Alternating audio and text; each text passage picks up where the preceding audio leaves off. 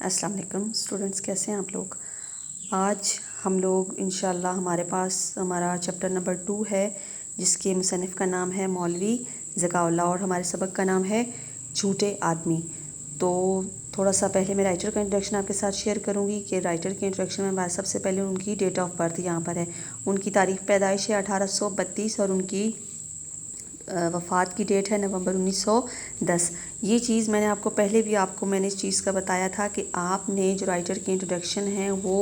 آپ نے انہیں بلینکس کی فارم میں لکھنے اپنے پاس نوٹ بک پہ، ٹھیک ہے؟ ان میں سے جتنے بھی MCQs بنتے ہیں 20 بنتے ہیں، 25 بنتے ہیں، جتنے بھی بنتے ہیں 30 بنتے ہیں، وہ آپ نے بنا کے نوٹ بک کے اوپر مینشن کر کے اور انہیں آپ نے یاد کرنا ہے۔ کیوں یاد کرنا ہے کہ یہ جو MCQs ہوں گے آپ کے پاس پیپر میں، یہ مصنف کے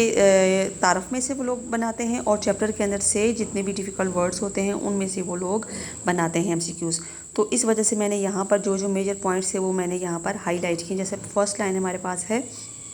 مولوی ذکاء اللہ دلی میں پیدا ہوئے، تو یہاں پر میں نے دلی کو انڈر لائن کیا، ٹھیک ہے؟ اس کے ساتھ آپ 2 جگہوں کے اور نام لکھ سکتے ہیں اور اسے ایک پوری بلینک کی فارم میں یہاں پر لکھ سکتے ہیں۔ آپ کے والد کا نام ثناء اللہ تھا، یہاں پر بھی آپ 2 نام اور مینشن کر لیں اور ایک نام ثناء اللہ جیسے یہاں پر رائٹ نام ان کا لکھا ہوا ہے۔ تو اس بیس پر آپ نے اسی طرح جتنے بھی MCQs اس کے اندر سے بنتے ہیں وہ آپ نے بنا کر نوٹ بک کے اوپر لکھ کر انہیں آپ نے یاد کرنا ہے۔ اور اب ہم اپنے ٹاپک کی طرف آتے ہیں۔ ٹاپک ہمارا ہے جھوٹے آدمی، ٹھیک ہے؟ جیسے کہ نام سے ہی ظاہر ہے، جھوٹے آدمی، جھوٹ وہ بری خصلت ہے جو کہ ایک انسان کو بد سے بدترین بنا دیتا ہے، ٹھیک ہے؟ یہ وہ ایلیمنٹ ہے جو کہ انسان کو دوسروں کی نظروں میں گرا دیتا ہے، نہ کہ انسانوں کی نظروں میں، بلکہ دنیا آخرت جو انسان کی ہوتی ہے، جو اس کی اخروی زندگی ہوگی، اس میں بھی وہ پیشماں ہوگا اور مطلب اس ایسی حالت میں وہ اٹھے گا کہ جس کا وہ تصور بھی نہیں کر سکتا۔ تو اس سبق میں مولوی ذکاء اللہ نے جھوٹے انسان کی جو عادتیں ہیں، جو خصلتیں ہیں، وہ ہمیں بتائیں کہ ایک جھوٹ جو ہے وہ انسان کو کس حد تک گرا دیتا ہے۔ جھوٹ جو ہے بیسیکلی ہم لوگ اپنا کسی ایسے موقع پہ ہم لوگ بولتے ہیں کہ ہمیں ہمارا جو گناہ ہوتا ہے، ہم نے اس چیز کو چھپانا ہوتا ہے، یا جو ہمارے اوپر کوئی ایسی الزام ہو یا ایسی ہمارے اوپر کوئی بات ہو اسے ہم نے چھپانا ہوتا ہے، اس دوران ہم لوگ جھوٹ بولتے ہیں۔ تو یہ ہمیشہ جو ہے جھوٹ بولنے والا جو انسان ہوتا ہے وہ ہر وقت خوف میں، ہر وقت ڈر میں مبتلا ہوتا ہے کہ اگر کسی بھی موڑ پر اس انسان کا جو جھوٹ ہے وہ دوسروں پر عیاں ہو گیا تو اس کا جو انجام ہوگا وہ بہت بھیانک ہوگا۔ تو اس طرح وہ جھوٹا انسان جو ہوتا ہے وہ ہر وقت ڈر اور خوف میں مبتلا رہتا ہے۔ تو اسی طرح ہمیں جو ہے وہ جھوٹ سے ہمیشہ بچ کر رہنا چاہیے، کیونکہ جھوٹ جو ہے وہ تمام برائیوں کی جڑ ہے۔ اگر ہم ایک جھوٹ سے بچ جائیں گے تو ہم سمجھ لیں کہ ہم نے دنیا میں کامیابی حاصل کر لی، نہ کہ دنیا میں کامیابی حاصل کی بلکہ ہم لوگ آخرت میں بھی سرخرو ہو گئے۔ کیونکہ اگر ہم لوگ ایک جھوٹ بول کر کسی کی زندگی لے لیتے ہیں، کسی کا بہت بڑا نقصان اگر ہم لوگ کر لیتے ہیں تو اس کی ہمیں دنیا میں تو بے شک وہ لوگ ہمیں معاف کر دیں، لیکن آخرت میں جو ہمیں اس کا ہرجانہ یا ہمیں اس کی جو سزا ہوگی وہ بڑی بھیانک شکل میں ملے گی۔ تو اس طرح ہمارے قرآن میں بھی جھوٹ کے سے جو دوری ہے وہ اختیار کرنے کا ہمیں حکم دیا گیا۔ جیسے ہمارے پاس احادیث ہیں بہت سی ہمارے پیارے حضرت محمد صلی اللہ علیہ وسلم کی، کہ انہوں نے ہمیں کس طرح مطلب کیسی کیسی ترغیب دی کہ آپ نے جھوٹ سے بچنا ہے، آپ نے جھوٹ سب سے بڑی بات کہ ہمارے پیارے نبی حضرت محمد صلی اللہ علیہ وسلم جنہیں مکہ میں جو اہل وہ تھے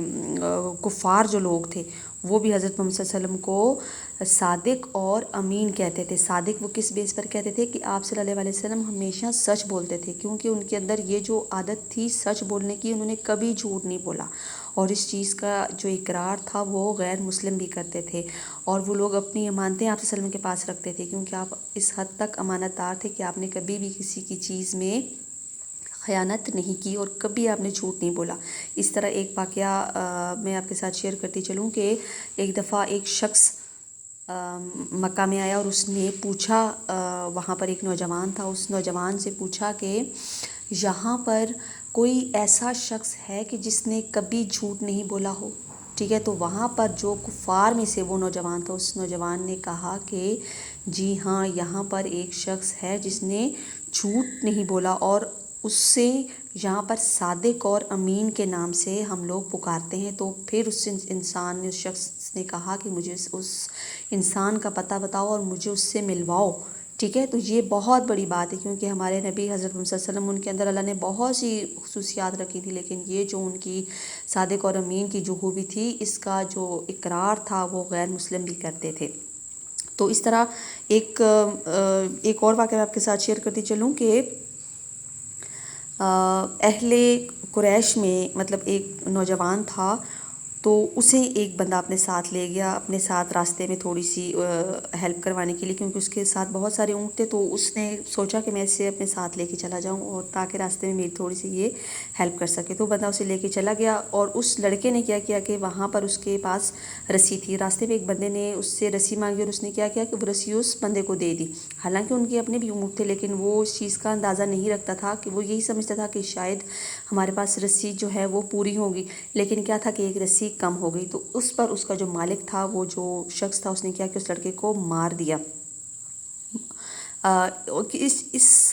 ایسی اس سے مارا کہ وہ جو نوجوان تھا وہ بالکل مرنے کے قریب آ گیا، اور اس نے ایک جو شخص تھا وہاں پر، ایک قافلہ گزر رہا تھا، وہاں پہ اس نے ایک شخص کے ہاتھ پیغام بھیجا کہ آپ نے اہل قریش میں سے ابی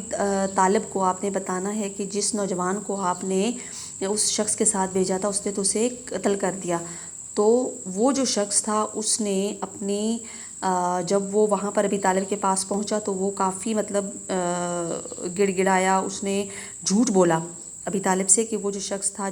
وہ جو نوجوان تھا آپ نے میرے ساتھ جو بھیجا تھا، اس نوجوان کی تو ڈیتھ ہوگی، کیونکہ وہ بیمار ہوا اور میں نے اسے دفنا دیا، ٹھیک ہے۔ تو اس پر وہ جو شخص تھا اس نے جھوٹ بولا، اور اس نے ان کی وہاں پر جو ایک شرط تھی، کیونکہ دور جاہلیت تھا، وہاں پر لوگوں کو اتنا آئیڈیا تو نہیں تھا،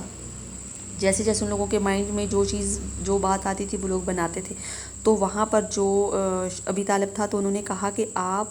یا تو 50 بندوں کی گواہی دیں کہ آپ نے اس شخص کا قتل نہیں کیا، ٹھیک ہے، یا آپ ہمیں 200 اونٹ جو ہیں وہ اس کا خون بہا کے طور پر آپ ہمیں دیں۔ تو اس پر اس شخص نے وہاں پر اپنے قبیلے میں سے 50 ایسے بندے اس نے اس چیز پر ایگری کیے کہ آپ نے گواہی دینی ہے اللہ کے نام پر، کہ آپ نے یہ کہنا ہے کہ میں نے اس شخص کا قتل نہیں کیا۔ اس پر وہاں پر دو جو لوگ تھے، ایک بیوہ عورت تھی، اس کے پاس اس کا چھوٹا سا بچہ تھا، اس عورت نے کہا کہ میں تو مطلب گواہی نہیں دے سکتی اس بارے میں۔ جو دوسرا جو شخص تھا اس نے بھی کہا کہ میں گواہی نہیں دے سکتا۔ پیچھے جو 48 لوگ تھے انہوں نے اللہ کے نام پر گواہی دے دی، اور ودن 1 ایئر، 1 سال کے اندر اندر وہ جو 48 لوگ تھے جنہوں نے جھوٹی گواہی دی تھی، ان کا سب کا انتقال ہوا، اور وہ بہت بھیانک موت جو تھے وہ لوگ مرے۔ تو اس چیز سے ہم لوگ اندازہ لگا لیں کہ بہت جو جھوٹ ہے وہ انسان کو کس حد تک گرا دیتا ہے، ٹھیک ہے۔ ہمیں ہمیشہ جھوٹ سے بچنا چاہیے، اور یہ جو ایک عادت ہے، ایک خصلت ہے، اسے اپنے اندر سے نکالنا چاہیے۔